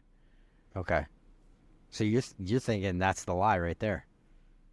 Yeah, I don't know. But I don't know if it's destroyed. I'll say truth. I'll say truth. I feel like he's tricking us on the number of the station. It is 30. It is 30 something. I don't know if it's 31. I know. For whatever reason, I thought it was 131. And I don't know that's I thought it was 32. okay. And his other one that we haven't talked about was the 12 men. I can't recall that. I don't feel like you see 12 people. I feel like there are. If you start adding them up, I feel like you got. Yeah, we could go through that, but I feel like that's probably accurate. I think so. All right, so the middle one, What is the lie? station number. I would go with the station number as well. I'll go with station number. Station number. No, it is Outpost 31. Dang. That is, however, you all get partial credit because that is the statement that contains the lie, but it's not that part. They're not in the Arctic region. They're in Antarctica, which is on the other side of the globe. Yeah. Gotcha. There it is. North Pole, South Pole. A little tricky. North Pole, South Pole. A little tricky. Dang. All right, that's what I got. Nice. Well done. Let's see. I nominate Justin. All right, you ready? Here we go.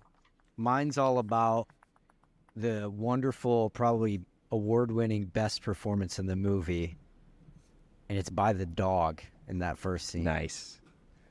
All right, so here's some actual truth. This is you don't have to guess whether this is truth or not. The dog that does the acting in that part of the movie is named Jed. And so my three statements are all about Jed, the dog who acted that part. It's an uncredited part, unfortunately. Jed's name is not in the credits. And that's not right. You know what I mean? Right. A shame. It's really not right. So here's my three statements. You guys get to figure out which ones are true and which one is false about Jed, the acting dog. Jed, the dog, also starred as the title character in White Fang. Jed, the dog, was adopted and owned by Henry Winkler's second cousin, Gary. Gary Winkler? Gary Winkler. G Winks. And Jed, the dog, also provided some of the sound effects for the dinos in the original Jurassic Park. Well, I know he did commentary for this movie, but You want me to say those again real quick, or you got them? yeah, No, go through. I think I know, but go ahead.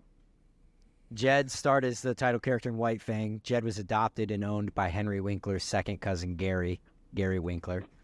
And Jed provided some of the sound effects for the dinosaurs in the original Jurassic Park film. I watched like a whole documentary piece about the sound On effects Jed? from the sound effects I'd from watch Jurassic Park, and I never saw anything about a dog. I'm gonna say Jed is a full-grown dog in this movie. What, 3-4 years old, well-trained. No way he lives 15 more years to do audio for Jurassic Park. So I think that's the lie. That's a lie. Jed is actually... Are you going with that, Heath, as well? Fun fact about Jed is that Jed lived to be 18 years old. No way! True story. Oh, what? However, you are correct. Oh, yeah, That let's is a go. lie. That is true. He was 8. He lived I was to be like, 18. oh, we're toast, boys. Yeah, Jed was 18, which is why I threw that out there in case some of you saw anything about Jed. But How old Jed was? Oh, yeah. So what the a other, twisty. the other two are true. Very believable that he could be White Fang in that film. The one that I thought was crazy was that Jed's owner was indeed Henry Winkler's second cousin. That one made me laugh. Hey, Yeah. Wow. yeah, that one sounded Well too far fetched to not be true. Right. I might as well go because mine is also about the dog. Oh, cool. Oh. One of my truths was the dog is named Jed, so I'm gonna cut that one out. So I'm gonna call this truth and a lie. I also like how you threw it out as a fun fact. You're like, also the dog's name is Jed. I'm like, that was one of my truths. Dang. Okay, so I'll just do a truth and a lie. Here we go. Or a lie and then a truth. Flip a coin. The dog is a full-blooded husky, and the dog never looks at the camera. All right. I know it. Yeah, because I did a lot of research about the dog. Jacob I doesn't. know that. Jacob, I'm gonna say What was the first one again? He's a full-blooded husky, and then he never looked at the camera. I don't know how that Dog is anything but a husky. I feel like it's the camera. Andrew, you and I both. I'm gonna know say the- he's not a husky because he half never wolf. looked at the camera. Yes. half Yeah. wolf. He's half wolf. He's a wolf he's half dog. wolf. Yeah. Hence why Wolf dog. Dang. little wolf dog. Well, All right, Jacob, do you have any more Nice. dog facts for us? I do not. Mine are fairly unique. Okay. You ready? Yep. mhm. All right. 1. Wilford Brimley did not know he had diabetes at this point. 2. Oh, geez. when they released this movie in France, the translation of the title was The Monster Man. 3. In multiple scenes in this movie that didn't require Kurt Russell to act, it was actually a scarecrow. Like it was like a Kurt Russell thing that was stuffed with straw. You know, weirdly enough, there was a scene where Kurt Russell was standing so still. I was like, is that a dummy? There you go. I don't know if that's the truth. I did think have that's that the thought truth. of, like, is that a stand-in for Russell for Russell Crowe for Kurt Russell? Russell Crowe. It's a Kurt stand-in. Russell's alter ego for the Scarecrow is Russell Crowe. He actually puppeted the scarecrow. So I think I've heard that. It might be a joke, that's but true. I've heard that. I feel I'm like gonna the say that's French. true. I feel like the French one stands out to me. Like, what? Like, I just. Yeah. I don't know why. That would be the Monster Man. What was the first one? Was that Blair didn't know he had diabetes? Wilford Brimley did What not is know he? He was a Is he- diabetic at this point.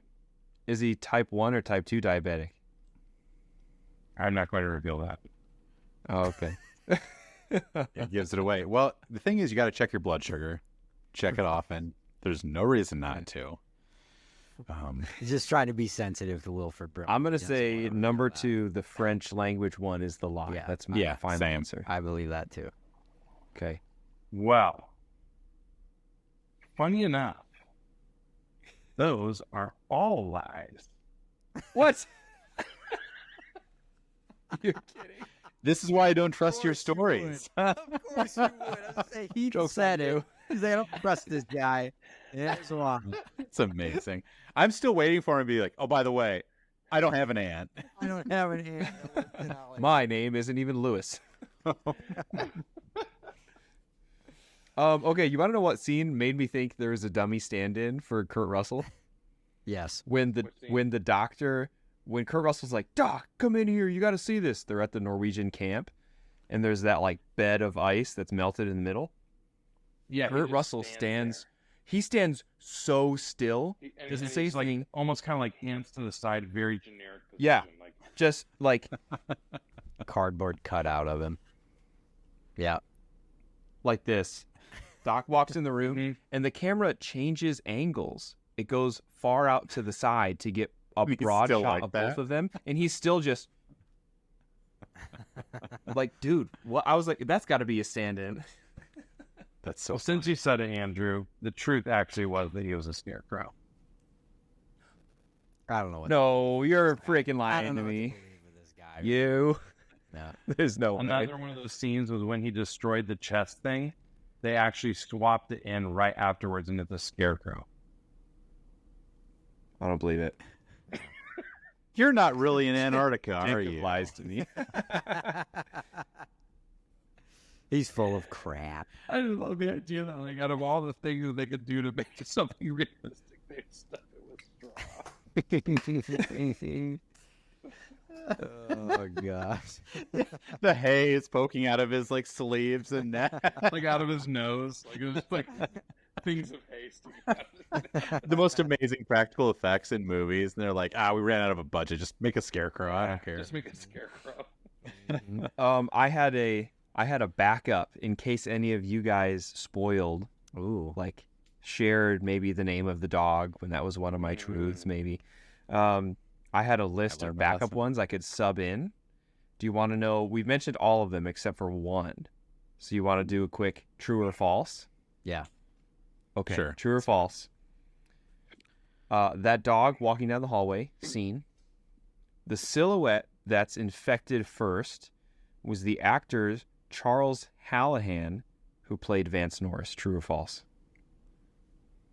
I think that's false.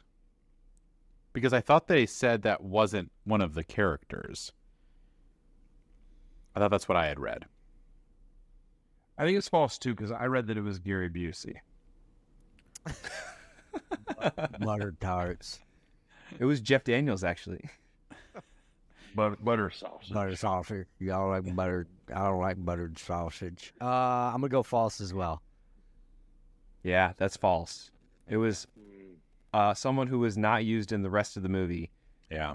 So John Carpenter wanted it to be someone, it was a stunt actor. He wanted it to be someone who shared a profile and a hairstyle and like similar clothing to some 2 to 3 of the characters. And he just found a stunt double who matched like the profile of Norris and Palmer and one other guy, Windows. He was like, hey, it matches one of those 3 guys, so we'll stick him in there. And they didn't use him for the rest of the movie. There it is. Yeah. I feel like pretty that's cool. something too. I often wonder if with this movie, like I kind of want it to be a figure it out. Like I could actually Yeah. watch and know where the thing, assimilated. I've read a lot. I think it was Norris. I found it. Oh, are you doing it? Yeah. Dun dun. I had to find it I just want to put that. That'll be in the background of the whole pod. Yeah. the whole way through. Yeah, but I don't know. It kind of frustrates me, but I also love that too. That there is no answer. You can't. It's all about paranoia. It's just you do not know. Even we can get there. I'd love to talk about the test scene, but Well, that's it. we'll go to the end. But I think the end. We have to talk about the ending with the thing talk. I mean, love to hear your guys' theories and stuff. And we're going on an hour and 45. So if you're still listening to this podcast, good luck. God bless. God bless. You're a fan. The test, I think, is done so well. Just we have our idea of who's infected. They're like this. I don't know. It's so cool because you don't know if the test works. We have they're definitely and they're. It's played so well. That we got like 3/4 of the way through the test before we got a positive. Yep, it'll defend itself. Yeah. And literally the 2 tests before the final like punch through one, I was like, this doesn't work anymore. They're all gonna be negative. So it doesn't matter, Yeah. But unfortunately, what gave it away was, for me, the first watch. Heath, I don't know if I mentioned this to you, was Kurt Russell's fake hand. Like you can see it's We've like talked about a this. wax hand. Yeah. The camera's down here and he's holding the blood, and it's just got like a fake hand right here. And he's like, let's find out. I'm like, that's totally gonna blow up. No, I'm holding my real hand up here. Yeah. Let me just grab that real quick and Exactly. I've not noticed that. I've never noticed that. Total wax Yeah. museum hand. I'm gonna look for it now. I've never been focused on it in that scene apparently, but yeah, that makes sense. Because you're staring at his beard. Yeah, it's his luscious beard. it's great. I think I love that they start turning, or the guy starts turning immediately after. He's just like, Yeah. I'm found out. Just like Yep. start. Now I gotta survive. Yeah. Yep, now I gotta survive. Yeah, he just starts tweaking. And And the thought of those guys being tied up right next to him as he's Oh my turning, gosh. it's just they're flipping their lids. So terrifying. Oh, Yes. terrifying. Yep. yeah, Let me go. Let me go. I don't want to swear on this pod, but the Gary, when he's like, Yeah. well, if this doesn't matter to you guys, will you get me off this effing couch? Yes. Yeah. When you find the time, Which, man, it's could such you like get me off this guy. like the gut punch of McCready shot Clark and he wasn't the thing. Like he was just trying to get the gun away from who he thought was the thing. Yeah. Yep. And then you go through the round of discovering the thing. and then they have to do it again because like, well, we still haven't gone through anybody. Like we had the dramatic thing and then attack, but then like they still have to go through it again. Yeah. Uh-huh. I know we're Which about that's like Go ahead, Jacob. that's like one of the first times to. I'm sure it happened in multiple movies beforehand. That was one of the first ones that I can remember. Like the most famous one in my brain now is The Mist. I don't know if you guys have ever seen The Mist. Yeah. But that was like one of the first ones ever where it was like, oh man, he just killed a dude who like, that wasn't the thing. You know, it's like, what do you do with that? You know, like that's how dark this is right now. You know, I remember being like, oh shoot, you know, like that's rough. That thing is rough. Yeah, like that's the cool part too, because like I said, I feel like for the most part they make smart decisions. Oh yeah, I forgot about this because Blair earlier on says, "Watch Clark, watch him carefully." So McCready's got that in his head, and so when he sees Clark run at him with a knife, like in your head, he's guilty. He rushes at you. Infected. Doesn't think. It's just like, man, it was like, that's why I questioned, like, was that Blair trying to mess with stuff or was he just still insane, you know? Also, we didn't talk about Blair building a spaceship under the shack. Yeah. He's been busy down here. It's like he started to craft one and then gave up. That's how long he's been in that shed. He's just like, should I build this? I'll try. 14 Nah, hours. Might as well build a spaceship while I'm down here. Yeah. Come on. I do love that they're obviously the thing is smart enough to build a ship that's like behind Jacob right now, and yet they landed in the one place where they're not able to transition and just take over like as easily as they You don't know what you don't know. as they can. It's true. It's true. I'm gonna quickly bring this up because I think it'll segue into the ending as well. But one person we've never talked about is Childs, played by Keith David, who's one of my favorite voices in Hollywood. Yes. And also as a video game nerd, was voice of the Arbiter in the Halo franchise. So, but I love that guy almost in everything he's in. I just think he plays it well. Yeah, totally.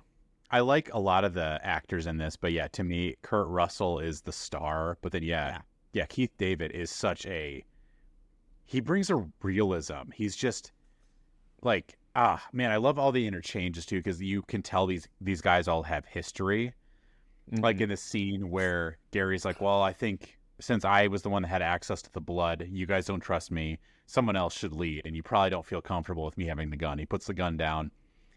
And then he's like, who else should lead us? And then that guy was like, whoa, you're Windows, what happened? Wow. Guys, Justin is assimilating. Justin just got yoinked. Oh man, I that was didn't leave crazy. the light on in my office. Yeah. In the scene in this? Oh, I love that part. Yeah. Because I was there 2 days ago. Justin, what's behind you?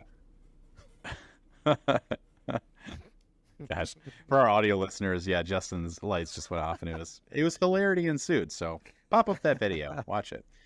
But anyway, so he goes like I can't remember what's the guy's name. That's like, oh guys, I'm sorry, I'm not up for this. Like he's like, well, you Norris. should lead us. Yeah. Norris, Yep.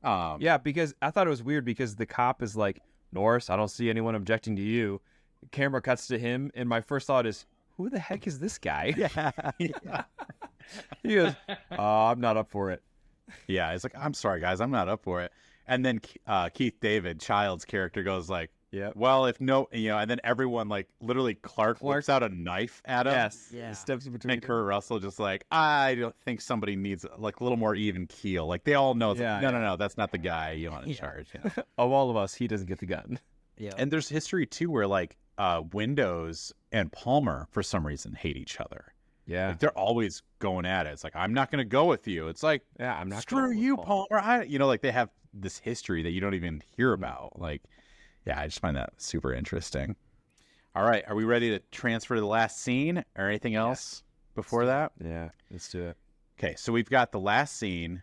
Actually, the movie's playing in the background for me, and it's at that scene right now. So perfect. Beautiful. time.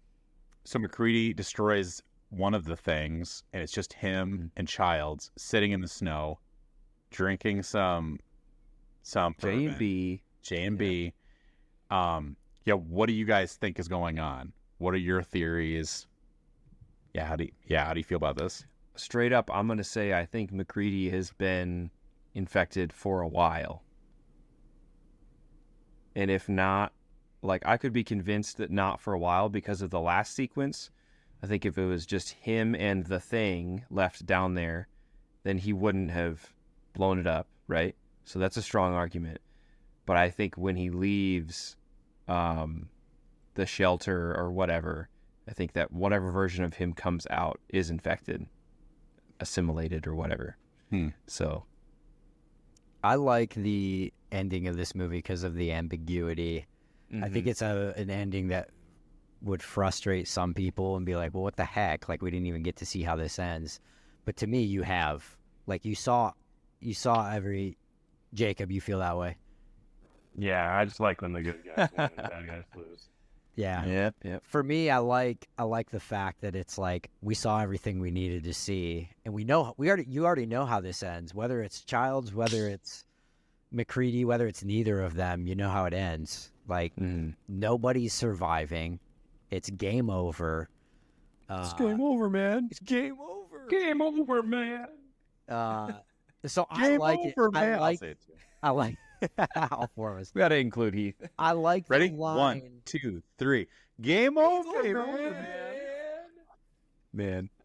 I like the last line of like, let's wait a while and see what happens. Yeah. And that's like what they've been doing the whole movie, is just essentially waiting for this thing to just like kill them all.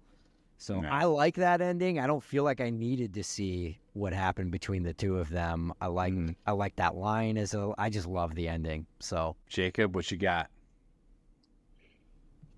I don't really have a super deep theory on the ending. I think that it could be... sorry, I'm smacking mosquitoes up myself right now. I think it could be any number of things. Like I've had the thought of, the who's infected, element. Because I think, like, again, picturing myself in that situation, I feel like at that point, you just wouldn't trust anybody. Certainly. You wouldn't trust anybody at all. And so, like, to me, as I watch them sit there, it's like, that's two people not trusting each other whatsoever. It's like sitting there, sharing a drink, and it's like, they could both just kill each other. Because it's like, what the heck, at this point. So I have no deep theory about it because, again, I'm a simpleton, a simple man. Out of love that they would just pop out. They kill the alien and they go, heck of a job, brother. And the movie ends. Yep. And then the next screen was like, hey, everyone, the thing really died. They did it. They won. I'd be like, hey, that was a pretty good movie. And they just start chanting, That's USA, USA, USA. That's why you like Christmas movies, isn't it? Because it's so straightforward. It is. And then after that slide, Kurt Russell pops back up and he's like, soon I'll be Santa. He raises a drink and then it was So I'll be Santa in 30 years.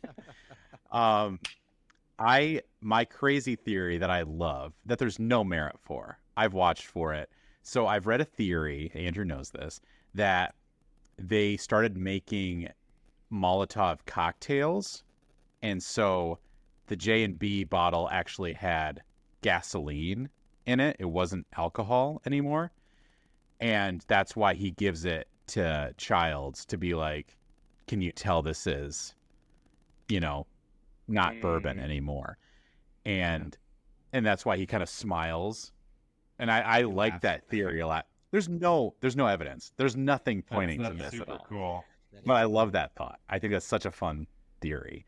I love that theory. I also like the idea that the roles are reversed and that McCready is infected and Childs is fine. And by giving him the bottle, like sharing a drink, Childs is like getting infected from that moment. Transferring it. And McCready's like, gotcha. Yeah. And then it's over. Wow. So I like both of those. Yeah, those are good. Yeah. I don't know. I think this time watching it, I did think they're both human. Cool. But I don't know. I've always thought Keith David was the thing. But then it's hard because what you can't turn off is you're supposed to like McCready. So, of course, we're like, he's not the thing. We like him. That's our boy. Even they say, like, we see his torn clothes. They're like, he's been changed.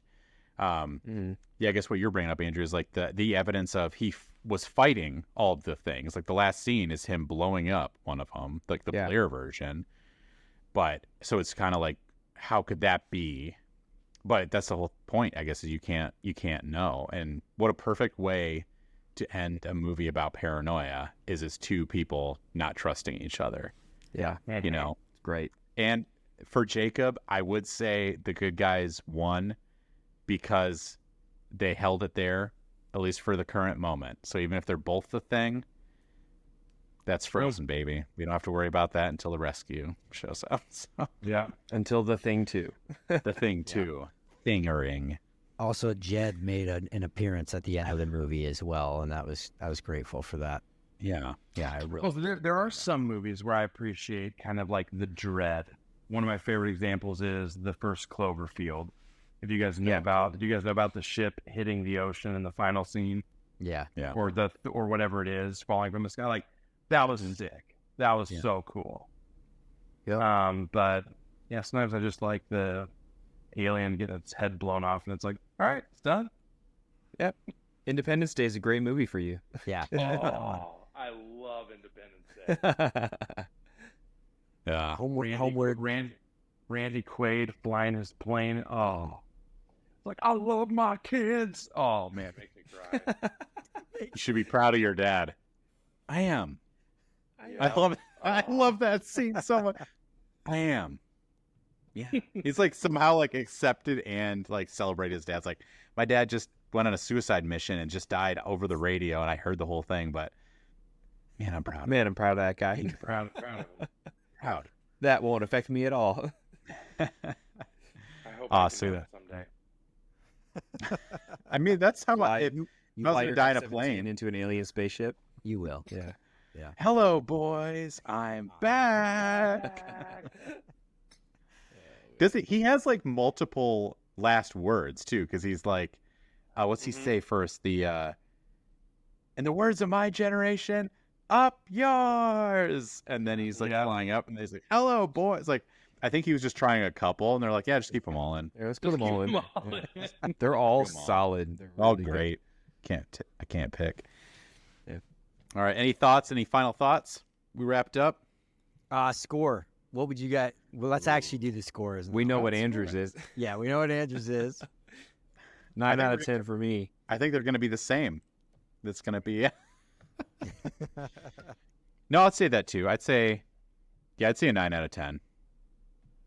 It's such a good movie. It's so well done. I think this is one of John Carpenter's best. I think this is my favorite. Halloween is up there for me as well, but this one and Halloween, he just hit that perfect director, part. And I don't know. I think 9. I'll go 9 out of 10. This is one of my favorites. I think it's so well done. Jocko. I would also go 9 out of 10. That is just a right on solid score for me. Love so much about it. Love the practical effects. Love the what I think of as semi cutting edge gruesomeness of it. Love the pace of the movie. Love the mystery. Like it's just great. Are there things that are better than it for me? Yep, and that's why it's a 9. But very incredible movie. Yeah. I'm going to shock Jacob here, and I'm going to be the lone 10 out of 10 for this movie for me. Cool. Wow. This is Never does this. That's not true. He never does this. Justin has never rated anything 10 out of 10. I'm just over here thinking, wow, Jacob's lying again. Wow, what do we? What else? Yeah. This is my favorite sci-fi horror film. I would say for me, it's my top 3 would be in no particular order other than The Thing being my favorite. Alien, The Thing, and The Fly. I absolutely adore all three of those movies. Fun. I've never seen The Fly. Oh my goodness. Oh man. Yeah, you gotta sit down. Andrew, have you seen The Fly? Not in a long time. I think I've seen like clips of it Yeah. when I wasn't supposed to be watching it. Yeah. So good. I was just saying, I know Jacob and I have talked about it before. The Fly is so good. I would give Love all that three. movie. Yeah, I would give all three of those movies 10s for me. They're like Oh, sick. their movie per, as far as like sci-fi horror goes, I think they're the standard, the top bar you could reach. So I love The Thing. Yeah, it's easily somewhere in like the maybe top 20 of my favorite movies of all time. So I'm a big fan of this one. So yep. Great. Yeah, that's awesome. Well, sweet. Real quick, you guys just do a rundown of where people can find you and your podcast. Yeah. So Doodads, we're just a couple of dads who you've maybe heard before on your feature presentation that drink, do, and talk about it, and do a lot of other really dumb things together. If you're a Dungeons and Dragons fan, make sure you check out our most recent episode that just released this. We played Dungeons and Dragons, and it is incredible. In my opinion. Nice. Dude. And very clearly, one of us has played or is at least familiar with Dungeons and Dragons, and the other one is not at all. So it goes about as well as you can imagine. But that's the best part, though. That is the best part. But we're on Spotify, Apple Pod. You can find us there. Follow us, subscribe, like, leave your reviews. Let us know how bad we are. We would love to hear it all. No, honestly, like I love your guys' podcast. You guys are so funny. I love your bits. Love the Mountain Dew is just like the tasty beverage, and you guys are just so funny. So yeah, go check out that podcast if you haven't. Thank you. Appreciate it, man. Love it. I would say I'm not your number one fan, but unfortunately, my sister is your number one fan. So Yeah. she takes that crown. But awesome. Well, Andrew, I don't think we need to take him home. So let's just wrap up here by saying, go see a movie. Go see a movie. Go see a movie. Go see a movie.